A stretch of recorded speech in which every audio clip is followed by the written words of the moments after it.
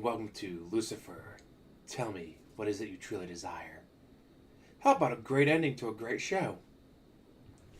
A lot of times, shows know how to tell a story, they don't know how to end it. Dexter, anyone? For once, they finally figured out a way to end a show. If you haven't seen the show yet, go watch it. I'm telling you right now, it is a great show. It starts off a little as your typical murder mystery, but then you get into it's like, hey, I'm the devil. Sure, I'm going to figure out who you really are. Oh, he doesn't have a social security number. He doesn't have a birth certificate. Who the hell is this guy? Where did he come from? I told you, detective, I'm the devil. It does that for about two and a half seasons. And then, well, this is season 6. It's final season. 666. Anyways. Yeah, so watch the show. Great show. And unlike a lot of shows, again, Dexter, they knew how to end it. Unlike this How I Met Your Mother, they knew how to end this show. They give the show a great ending. Fantastic ending. So yes, if you don't want spoilers, go away. Starting the spoilers in 1, 2, 3, and alright, here we go. 6th final season. Lucifer has finally won the right to become God. He goes on vacation with Chloe to... Alright, this is me one last good time before I go to heaven and become God. Sure enough, a murder happens. I mean, come on, it's a murder mystery show. It has to happen. But she's not on the clock. She's on vacation. So she has to work around the new guy, a friend of Dan, who obviously died, went to hell from the previous season. It's like, okay, well, she's helping, he's helping, but they're not supposed to be because obviously not on the clock, interfering. But yeah, they get your bad guy. But at the end, he's like, you know what? I'm not ready to become God yet. It's like, well, I mean, I guess it's okay. I mean, you'll eventually become God, right? Yeah, sure. And then you find out the reason he doesn't want to become God is like, God has to care about all people. Well, he doesn't care about all people. There's a very select few people he cares about. So the next few episodes are him trying to figure out how to care about people, or at least act like he cares about people that he doesn't care about. Helping the new detective guy, like, do you really care who you are? You're perfect. If I help you, someone I don't care about, I'll be a great God. And he's like, well, what do you truly desire? I just want to find someone to love that will love me for all my quirks. Well, him and Lopez, like, just gorgeous CSI lady. Oh, gosh. Just perfect. Anyways, they've been flirting, going back and forth, but obviously after her last boyfriend turned out to be a serial killer, she suffered from a bit of PTSD. So she asks for Lucifer's help. They break into his house, find a locked up chest.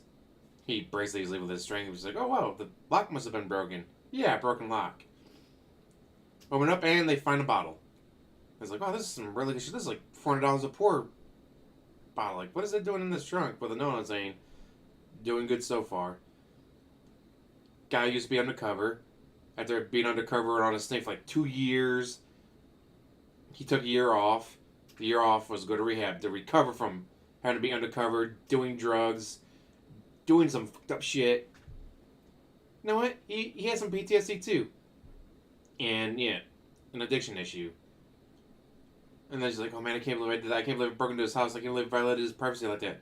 Well, at least you know he's not a serial killer. But, Maze and Eve get married. Great ceremony. And at the ceremony, Lopez has been tracking things. Like, it's raining frogs. Rivers are turning red. Socks are disappearing at a higher than average rate. And then she's like, okay, trying to figure all this out. And then she's like, oh, wait a minute. Lucifer tells me he's the devil. And his dad is God. His brother is an angel. What if it's all true? But I felt like God isn't there anymore, because God isn't. They're waiting for Lucifer to take over, but God's off in the other dimension with his ex-wife. So she just piece all these things together, and then she's getting her own board of, well, if Lucifer's actually the devil, like he's been telling me all these years, his brother's actually an angel. What is Chloe? Is she an angel too? Another divine being? Who is this? How does this play into that? But at the wedding, she breaks down and she realizes, like, the reason it smelled like ugh is because some of Eve's brothers and sisters who are demons possessed dead bodies to come to her wedding. I mean, not Eve, Maze's siblings are demons. So they possess dead bodies, they come to the wedding, but guess what? They're dead. They smell like they're dead. And Lopez knows what dead bodies smell like. It's her job. And she's a minute deal talking to someone who's not there. Oh, this is spoiler section, so. Lucifer apparently has a daughter. Wait, bear with me here. She knows that Dan was able to hurt him. Dan almost killed him. So she goes to hell, finds Dan where he's been playing ping pong with a demon, because Lucifer ended his hell loop. Like, you don't deserve to be in hell. I don't know why you're in hell. So he put him in a mock-up of the detective department and all that, and gave him a demon to play ping pong with. Time moves a lot faster in hell than on Earth, so it's like, hey, I've been here for 1,000 years, and he still has a weak backhand. Hey, man, I've been trying. When are you going to get me out of here and get me into heaven? Like, I'm looking for a way to do that, da-da-da. Just wait for it. Well, she goes on to hell. Asks him, like, how the fuck did you almost kill Lucifer? You're just a mere mortal. I'm not going to tell you. It's like, well, what do you want in exchange for that information? There's nothing you give me, but I took the earth. But Lucifer says that can't be done. He's just lying to you. See, he's manipulating you. It's what Lucifer does. So she takes him to Earth, where he is a ghost. Only celestial beings can see and hear him. So he sees his wife. He sees his daughter. He can't tell them that he loves them. He can't hug his daughter. Like, it's like the first half of that episode. He's like, I can't believe Lucifer, you're such an asshole for doing this to me. But then he's like, I know why Lucifer didn't do this. Because it's torture to being this close to my daughter, not being able to tell her I love her. It's torture being this close to people I know and love and care about, and not being able to tell them, like, hey, I'm here. Lucifer's daughter is a time traveler. Angels self-conceptualize when her mom died. Detective Chloe over there, of old age. Angel, she only looks 20, but angels age a lot slower. At least half angels do. She got so mad at Lucifer for banning her and her mom never being in her life. She goes back in time to try and kill Lucifer. They eventually calm her down and try to figure out, well, as Lucifer says, my father, well, in his opinion, my father abandoned me. Do you really think I could ever abandon you or anyone else? My father abandoned me millennia ago. I would never do that to someone. And he's like, well, on August 4th, you disappeared from 10th and whatever street. It's like, well, I just make sure on August 4th I don't go near that street. And I know you get a few episodes of him trying to connect with her and her being like, well, fuck you, you abandoned me. It's like, I would never abandon you. I must have been murdered. I had to have been murdered. There's no way I could have just abandoned you and Detective Chloe. I would never do that. More episodes play out. And the writers apparently forgot a couple things. Angels don't kill humans. It's kind of a rule. They're not allowed to kill humans. So his Lucifer's like, yeah, he's still kind of, like he said in previous seasons about this, like, yeah, I'm a bad guy, but I'm not really a bad guy. This is how the Bible made me out to be. But yeah, I'm an angel still. I gotta follow the angel rules. I can't kill people. Yeah, I punish the dead once they're dead, but I can't be the one that kills them. Yeah, they seem to forget about that. And his psychiatrist is with his brother. They have a kid together. And yet, after the wedding, she wakes up and bashes on the guy, and it's like, no one cared. It's like, they don't have an open relationship as far as I remember. Like, they're supposed to be together. They have a kid together. Like, why is she just sleeping with this random guy? And then no one's going, oh, hey, you cheated on my brother. Oh, hey, you cheated on Menadil. Oh, you cheated on him. Like, how dare you? Like, no. No one seemed to care. But there's a couple minor things here and there. Like, Alright, I'm getting nitpicky at this point. But the two big ones, angels don't kill, because they're not allowed to by God's decree or whatever. And the psychiatrist and the Menadil are together. Like, she shouldn't be sleeping with someone else. Anyways. But now, most importantly, the end. I was hoping for a hell loop. I was hoping for him, like, to go through all this, and at the end, he makes the wrong choice. Just like everyone else in hell. I don't mean if you have this part. You've probably already seen the show, so I don't care about spoilers. But those of you, for some reason, still watching this, in hell, you go through the worst moment of your life. The moment that got you sent to hell. Let's say you're a college professor and you got your dissertation in your briefcase, in the back of the Uber. Someone runs red light, T-bones the Uber. You get out. Oh no, my dissertation. And the driver. Oh no, I only got time to save one. I must save my dissertation paper. And then the Uber driver dies. And everyone's like, dude, you had the chance to save his life and you saved your briefcase? You don't understand. It's got my dissertation in it. And then, cuts right back to him being in the back of the Uber, driving down the road, get T-bone, repeat. To break it, he would have to make the obvious choice. Save the driver. But he doesn't. Because he's in hell. And he's a selfish prick. And that's why he's in hell. So I was hoping, at the very end, through all this, it was going to be a hell loop. At the very end, he was going to make the wrong choice. And then, maybe 5 minutes worth or however long it would take, just take every episode, put them in reverse, and rewind. Or whatever it's like. Just rewind through every single episode in like 5 minutes. Be kind of hard to see what's going on, but it's just... And all of a sudden, the very first episode. Be like the last 5 minutes be the very first episode. And then like you pull away and you see he's in his own hell loop. I thought that would have been a great ending. And then like some guy's going, maybe this time he'll make the right choice. Like I thought that would have been a great ending. If they had gone with that ending, that would have been superb. Just go through all that and then like, alright, there's only 6 minutes to go. And then he makes the wrong choice and have it be in a way like, because obviously you've been watching, I was like, oh, he's learned, he's less selfish, he's less bit of a prick, he's become more humane.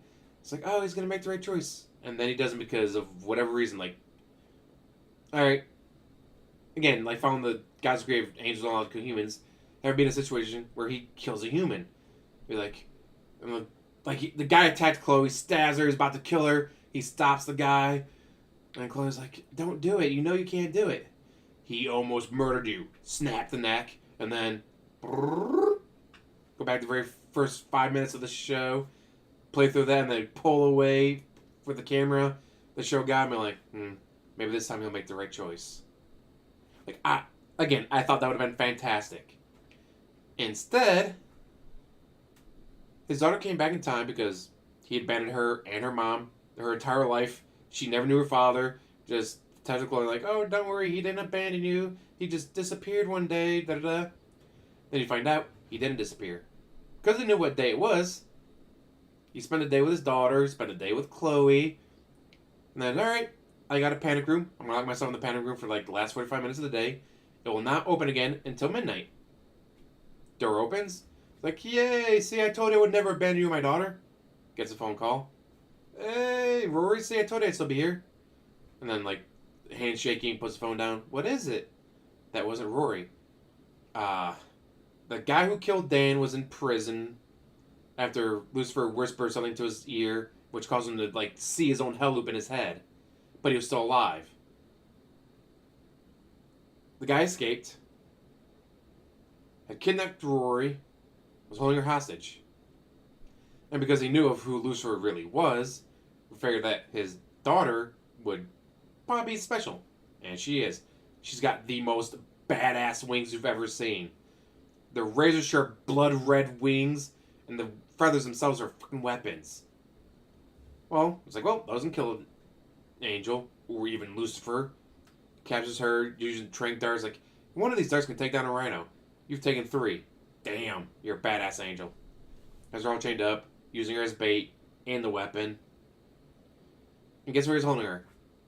10th Street and whatever the other street was. But now it's August 5th. But him and Detective Chloe show up. They fight the bad guys, and he just kills a bunch of people, which, again, angels aren't supposed to kill. They get there. He saves his daughter. And then she's about to kill the guy. And he talks her out of it like, no, Andy, if you kill, you'll never be able to go back from it. And I was like, but you just killed, motherfucker. You just killed a bunch of people. So they can be in this saying, oh no, you're an angel, you can't kill. It's like, technically she's half angel. And also, you just killed a bunch of people. Anyways. But then he talks her out of it. She's just up in the air with one hand, choking the life out of him. Drops him. Oh no, he's still alive. He goes to stab Lucifer in the back while he's hugging his daughter, and then bang! Chloe shoots him. He falls backwards onto some of the feathers he already collected. Gets impaled. Dies. They go back to Lux. They go back to his apartment. And that's when he realizes... What? Oh, Dan had been inhabiting the guy's... Damn it. Just forgot about that. Dan had been inhabiting the guy's body. Because the guy escaped, and Dan's like, well, it's got to kill me. Maybe that's why I can't get out of the hell loop. That's why I can't go to heaven, because something to do with this guy. Possesses him. Stops him from killing his clerk. Does a couple other things. Then he talks to his daughter and apologizes to her for leaving her so early. And then he realized, like, that's what I felt guilty about this whole time. Was apologizing. I wasn't able to tell my daughter, like, I'm sorry for leaving you. But when he did that, he saw the light. Goes into heaven. Well, back at the apartment, Chloe, Rory, and him are like, it's like, wow, you saved 2 people from the hell loops. What? The first guy, I just nudged him in the right direction and his own hell loop. And, it just got lucky with Detective Douche. Like, no. Well, what do you say? I said da-da-da. It's not what time you spend, it's who you spend it with. I was like, well, you set him on the right path to end his hell loop. And they realize... That's my purpose. Dad, you have a funny way of telling it. When my father said, hell doesn't need a ruler, what he meant was, it needs a helper, not a ruler. This whole time I was in hell, ruling it, I should have been helping these souls. I should have been helping these people become better and break the hell loop and go to heaven. And I was like, okay, well, you could just pop back up and down. No, go down there, save some. Pop back up, and his daughter's like, no. You do that, you don't abandon me. You don't abandon me, I don't get pissed at you when my mom dies. Go back in time to try to kill you. I don't go back in time to try to kill you. We don't connect. We don't figure out, oh, you died on August 4th. Or you disappeared, you abandoned me on August 4th at 10th Street and whatever. Then you don't realize, like, oh, you need to go down there and save people. Like, the only reason you're making that choice is because all of this happened. If you change any of this, if you don't abandon me, if you don't abandon my mom to do this, to save as many souls as possible, then it doesn't happen. You don't realize, like, oh, I need to go to hell and save souls instead of punishing them. So you get the heartfelt goodbye from Rory, and she, well, as they figure out what's going on and ends the time loop, she goes back to the future. Just as Detective Chloe dies. She dies, goes to heaven. Now she's back in her younger body because, like, they had her, I don't know if it was old woman makeup or they just had an old woman play her, but she's a Mendale who's now God. And was like, you ready to go home? Yes, I am. Then it cuts away to hell. Lucifer, like, you see, like, lights flashing as people see the light, and they go to heaven as they end their hell loop. And he's in the same psychiatrist's office that he used to go to. Save money on budget, I guess. But he's with some people. He's trying to explain to them, he's like, I know you think, like, it's fate. You are fated to make the wrong choice. But that's just it. It is a choice. You have the choice to make. But every time I go back to my hell loop, I'm in there and I just keep making the wrong choice. Even with your help, I just make the wrong choice every time. It's like it's fate, but it's not fate. It is free will. You have the free will to choose what you do. You have the free will to choose not to do that. You just have to learn how, in that moment, to choose to do the opposite. And that's what I'm here for. And then all of a sudden the doorbell rings like, oh, the donuts are here. Opens the door and it's Detective Chloe. I thought you could use a partner. And when like they're first cutting into hell, Black Parade plays, fit pretty perfectly. And then it cuts out as they show Lucifer helping people, trying to like, it's not fate. You're not fated to make the wrong choice. Exactly, it is a choice. You have the chance to make the right choice. It is not fated. And then when like she opens the door, I thought you could use a partner. The music comes back, pull away, yay! I thought it was a really good ending. Like, again, I was a little worried because obviously a lot of shows have issues. A lot of shows have issues with telling a great story and then not knowing how to end it. Or Game of Thrones where, we got hired by Marvel to do, or Disney to do Star Wars movies. Fuck it. Fuck this show up. We don't care anymore. Fuck you guys. We're going to destroy every single bit of character that's ever been done in the show. We're out. Deuces. Huh? Disney, you don't want to hire us anymore because we fucked up that show so badly? We turned a global icon into a joke? Aww. Instead, though, I think they got a pretty good ending. A lot of emotions. Charlie gets his wings.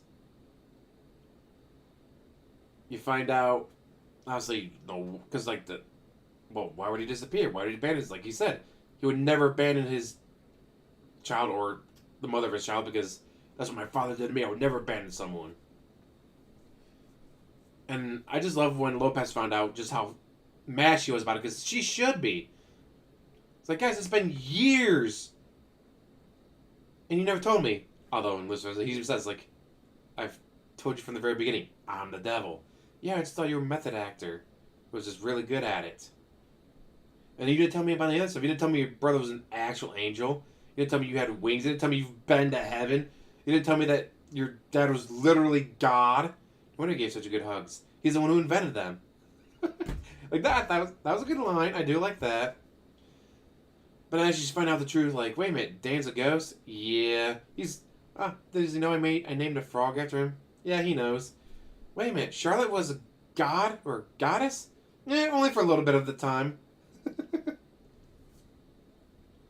Like, and then she's going through, like, finding out all the stuff that's been kept from her. It's like, she has every right to be mad. And although, again, technically, Lucifer didn't lie to her, T didn't exactly tell her the truth either. God, it was such a good show.